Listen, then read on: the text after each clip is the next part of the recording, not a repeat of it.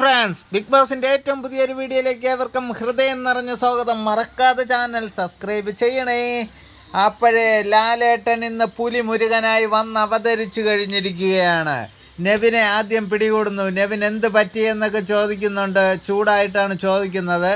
പക്ഷേ അതിന് big boss മാമൻ പറഞ്ഞു വിട്ടത് അവിടെ വന്ന് ഛർദ്ദിക്കാനാണോ എന്നൊന്നും നമുക്കറിയത്തില്ല. എന്തായാലും നെവിനൊരു മുട്ടം പണി കിട്ടുന്നുണ്ട്. അത് ഞാനിപ്പോൾ തൽക്കാലം പറയുന്നില്ല.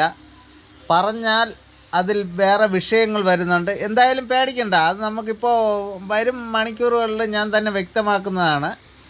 പക്ഷേ അതിനുമുമ്പ് അനീഷിനോട് ചോദിക്കുന്നു, അനീഷേ നെവിൻ എന്താ കാണിച്ചേ? അത് ലാലേട്ട അവന് ബാധ കയറിയതാ എന്ന് പറയുന്നുണ്ട്.